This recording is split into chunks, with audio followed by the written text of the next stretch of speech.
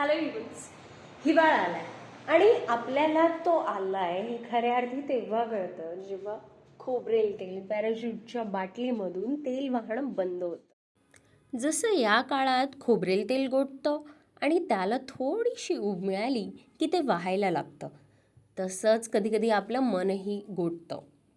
ताण, चिंता आणि दैनंदिन धावपळ आपल्याला थोडं कठोर बनवतात आणि मग आपल्या भावना, विचार किंवा कृती सहज वाहू शकत नाहीत.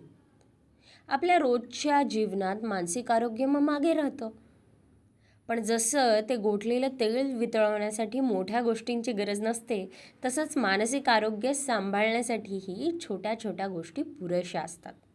जसं की 5 मिनिटं शांत बसणं, आपल्या विश्वासाच्या व्यक्तीबरोबर मन मोकळं करणं किंवा वेळेत मदत घेणं. आणि जेव्हा ते तेल वितळतं तेव्हा ते कामाला लागतं. ते पोषण देतं, बळकटी देतं आणि केस चमकदार बनवतं. अहो, तुमच्या मानसिक आरोग्याचं देखील तसंच आहे. जेव्हा तुम्ही त्याच्याकडे लक्ष देता तेव्हा तुम्ही मजबूत होता, आनंदी होता आणि आयुष्यात जे काही येईल त्याला सामोरं जाण्यासाठी तयार होता. तेव्हा या हिवाळ्यात फक्त खोबरेल तेलालाच ऊब देऊ नका.